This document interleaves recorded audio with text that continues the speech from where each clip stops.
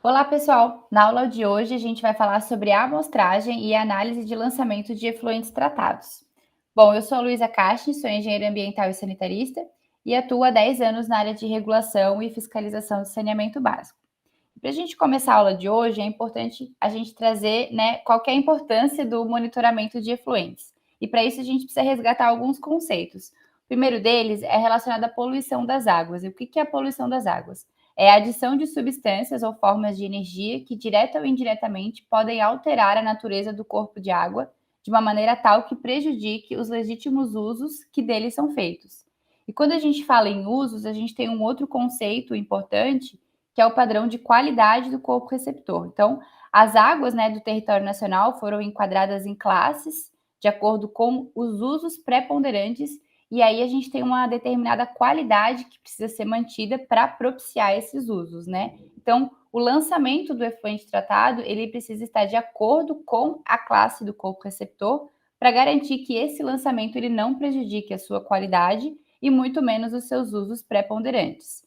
E aí, relembrando, que a gente tem diversas classes de enquadramento, seja para água doce, salina e salobra, e essas classes vão permitir, o uso múltiplo, com diversas atividades. Quando a gente fala de classe especial, é aquela classe mais protegida, e aí o lançamento de efluentes, ele é vedado, mesmo tratado. Então, a gente pode lançar, efluente tratado nos rios ou corpos de água classificados de 1 até 4. E aí, para isso, a gente também tem o padrão de lançamento, que é o controle efetivo, da qualidade do efluente tratado que vai ser lançado no corpo receptor.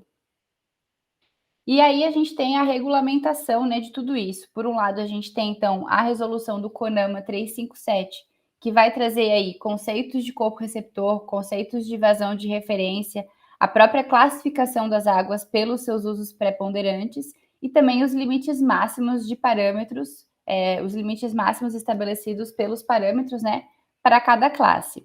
E do outro lado, a gente tem a resolução do CONAMA 430, que na verdade ela alterou a 357 e trouxe as condições, os parâmetros, os padrões e todas as diretrizes de lançamento de efluente em corpos receptores.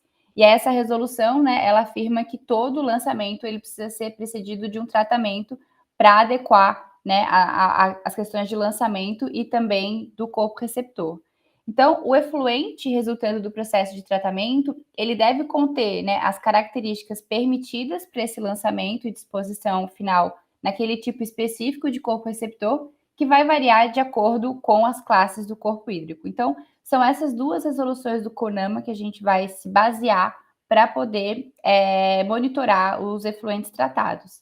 E aí, lembrando que a gente tem também, alguns estados e municípios que possuem padrões mais restritivos de lançamento que precisam ser observados durante a fiscalização. Então, qual que é o objetivo do monitoramento de efluentes?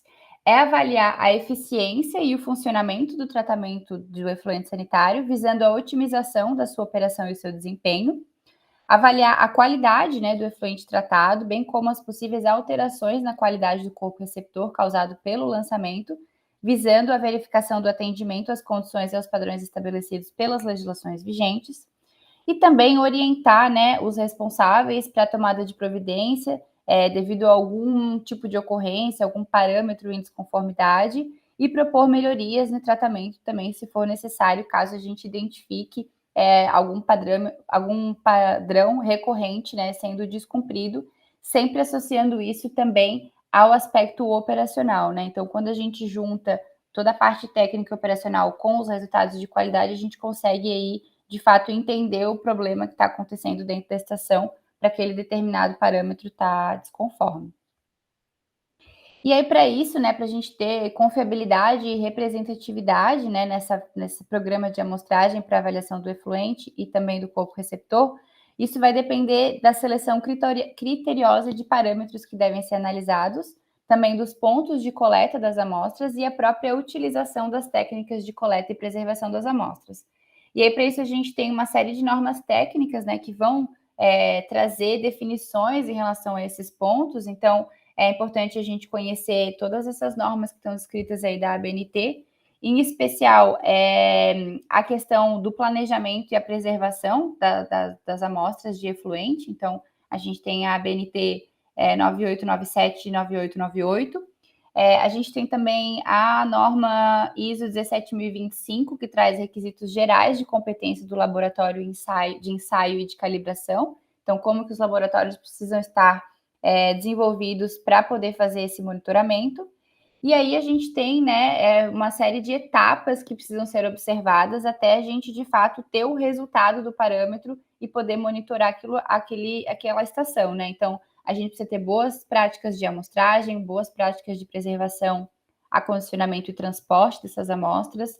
A gente tem que escolher, né, o método analítico adequado para aquele tipo de amostra, para poder aí sim ter um resultado e depois conseguir monitorar essa estação.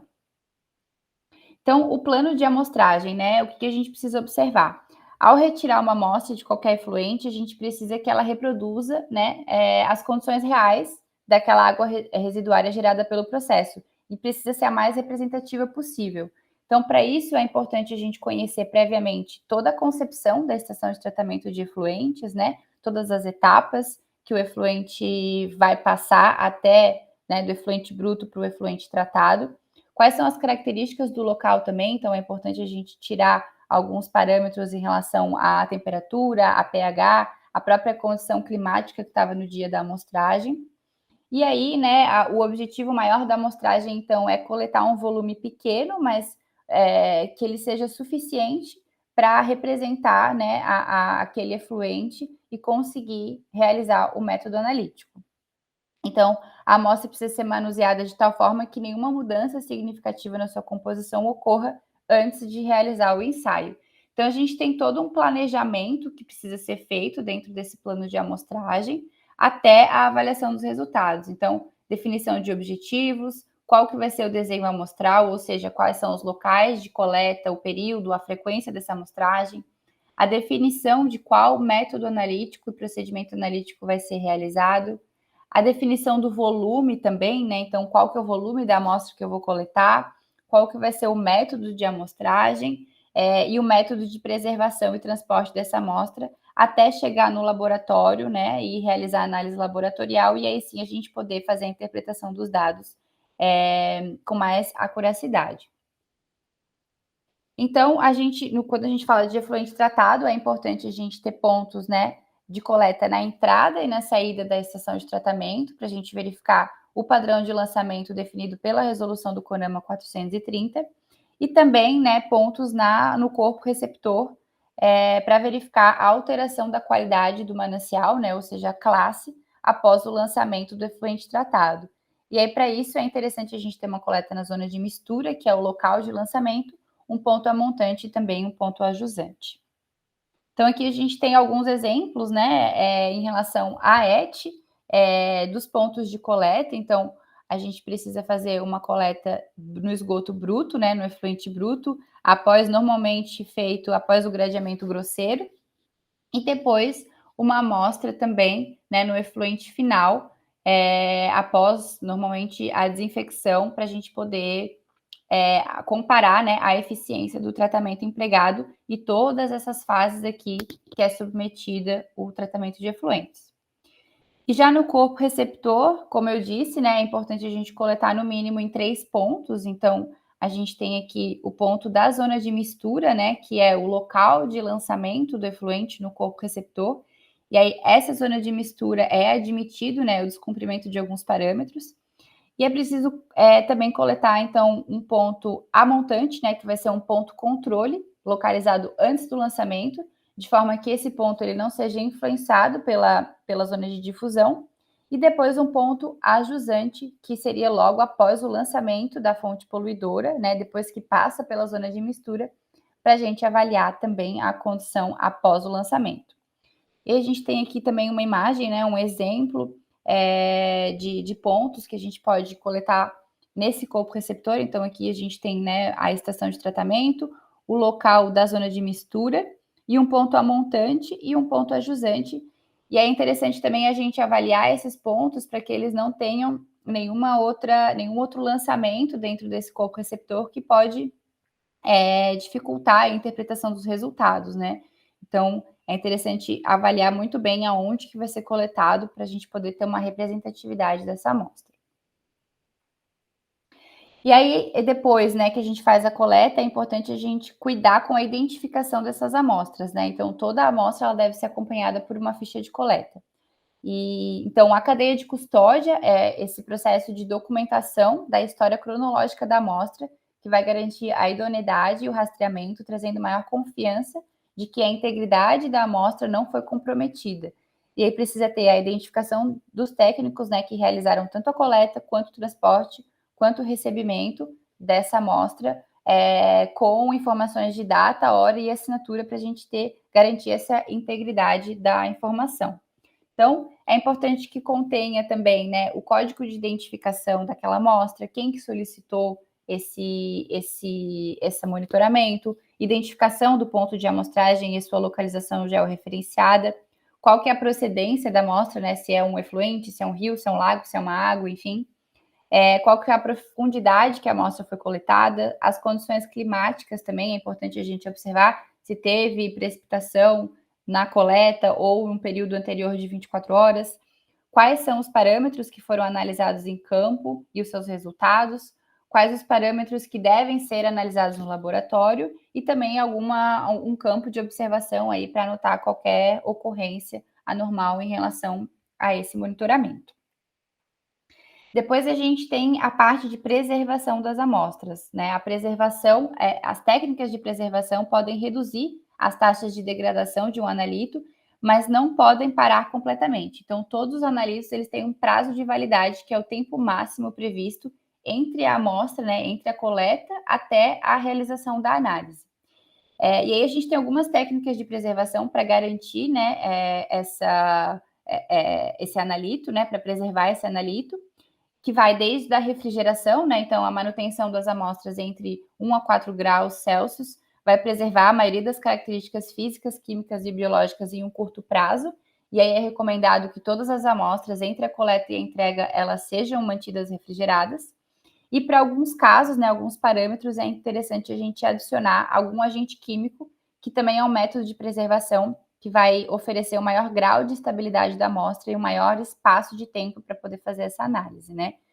Mas existem aí alguns parâmetros em que a gente não consegue realizar essa adição de agente químico, então normalmente tem um período menor de análise, né? Então, por exemplo, aqui, né, tem uma tabela com vários parâmetros, qual que é o tipo de frasco, por exemplo, ideal para fazer a coleta dessa amostra, e qual que é a técnica de preservação, e qual que é o prazo, né, que isso vai, o prazo de validade que essa técnica de preservação vai propiciar para que a gente consiga, né, analisar em algum certo tempo essa análise. Então, por exemplo, né, a gente tem aqui questões de DBO, qual que é o frasco indicado, a técnica de preservação é manter refrigerado, e aí a gente tem um prazo de validade de 24 a 48 horas para iniciar essa análise, né?